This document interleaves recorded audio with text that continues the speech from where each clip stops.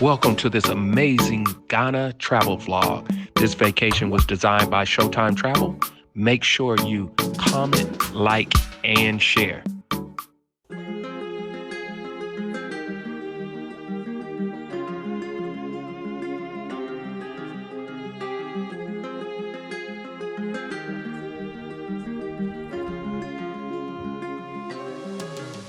With the coins that I'm giving you, it is your prayer. You hold it like this. And you first thank all your ancestors, but I want those that you could mention their names in your family. You thank all of them for their rules. After thanking them, you put all your wishes and aspirations on the coin whilst you're holding it like this, in a straight line. And when we get to the river, I'll tell you what you need to do with the coin. I bring you greetings from Assin Mansoo, Daryl and Shantae Dial.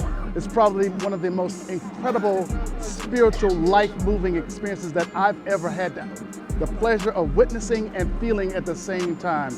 We're standing on the shoulders, the platform, the grave sites of our ancestors. This brings truth the meaning of we're standing on the shoulders of our ancestors, and we are our ancestors' greatest dream. And I am happy and proud and thankful and having the opportunity to witness this with my lovely wife, and that this has just been an emotional day, but I am grateful, we are thankful. Thank you so much. Thank you. The place was very thought-provoking, very moving, powerful experience. It's a must-see if you come to Ghana. It gives you an opportunity to reconnect with your ancestors, to ask questions about yourself that you may not have known. If I would do it again, I would definitely do it again. I want to bring my children the next time I come.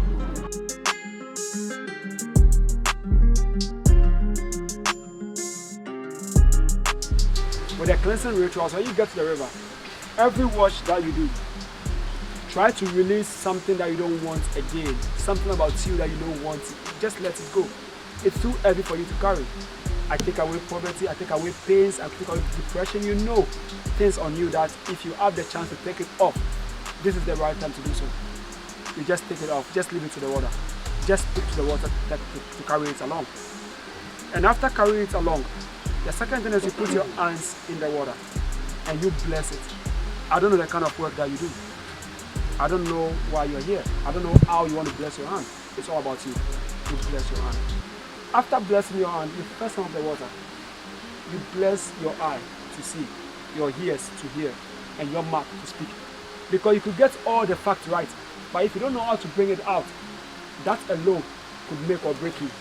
So you touch your lips and you pray that may our mouth be open as Africans, so that wherever we open our mouth to speak, people will just run to us and listen because they know the power of our words. And when you're done with it, with your wishes on your coin, everywhere in the water, just throw it in. Very, very spiritual. I can't really put it into words how we felt. It was very emotional. I could really feel the ghost of my ancestors when I was down at the river. I prayed, I asked for things, I took things away, I prayed for my family, I prayed for others, my friends. It's indescribable. I'm so glad that I got a chance to experience this. I don't think there's anything else like it. So yeah, thank you.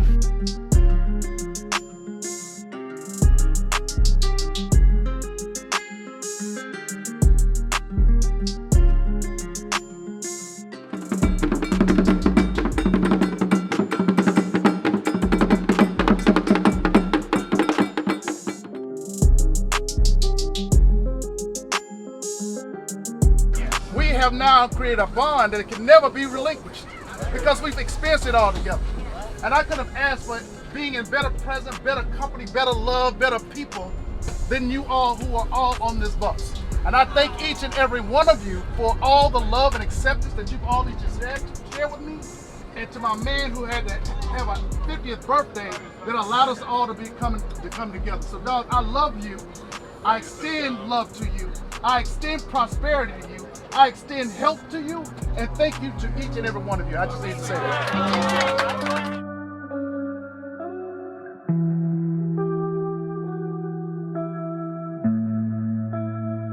Basically, in Ghana, there are 3 castles dotted along the coast of Ghana.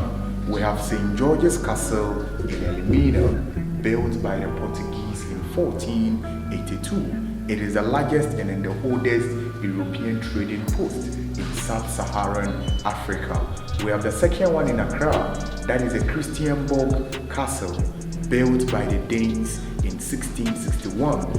Finally, we have Cape Coast Castle, built by the British in 1664. Cape Coast Castle, where we are at the moment, this is the smallest among the 3. However, Cape Coast Castle, it was once built as a fort known as the Karelosberg Fort by the Swedish in 1653.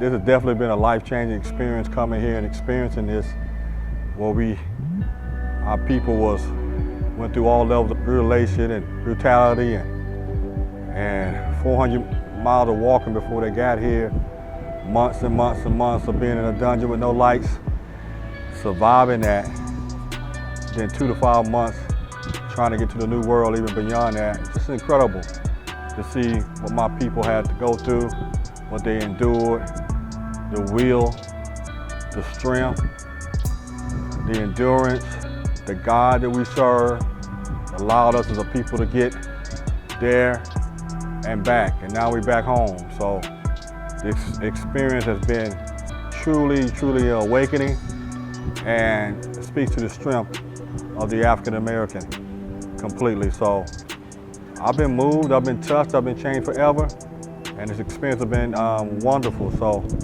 to anyone who watches this, please get the opportunity to come here and experience this.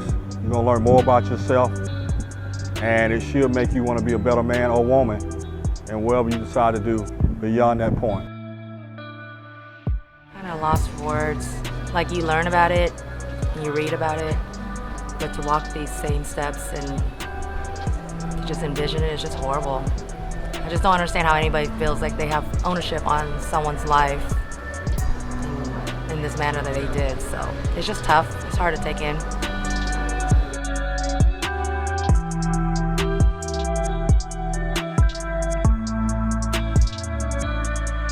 Cape Coast Castle, as it exists today, it was built over a period of 300 years.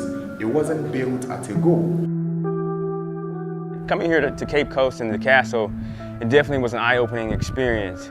Very heartfelt, and all the things that we learned today, I definitely wanted to learn more about it and take home, to not only educate my family, but my future kids and legacy.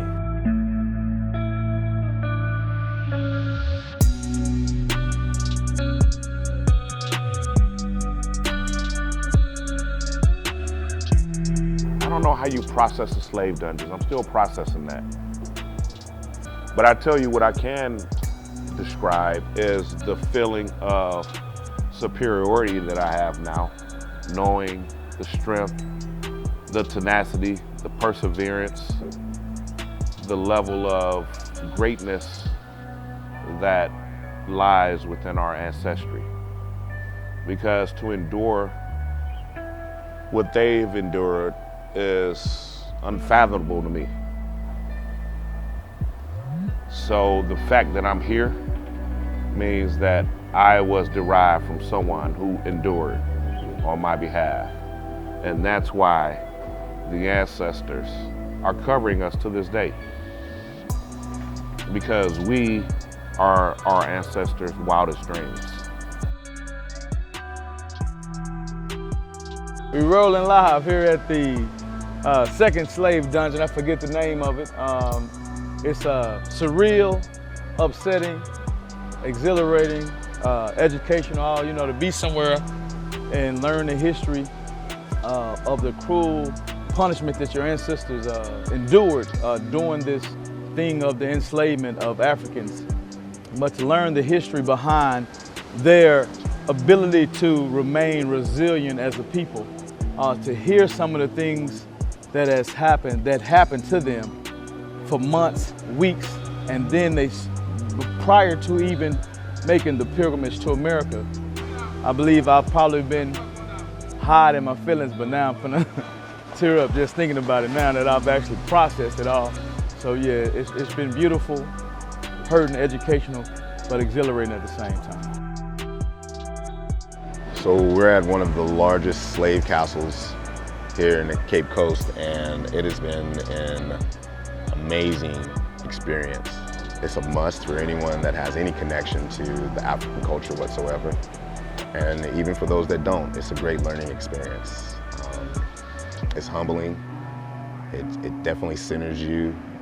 And I feel really grateful to know that I was able to come back, not even knowing that my people were started here before they were sent out to the Americas. So this has been a phenomenal opportunity, a great experience, unforgettable.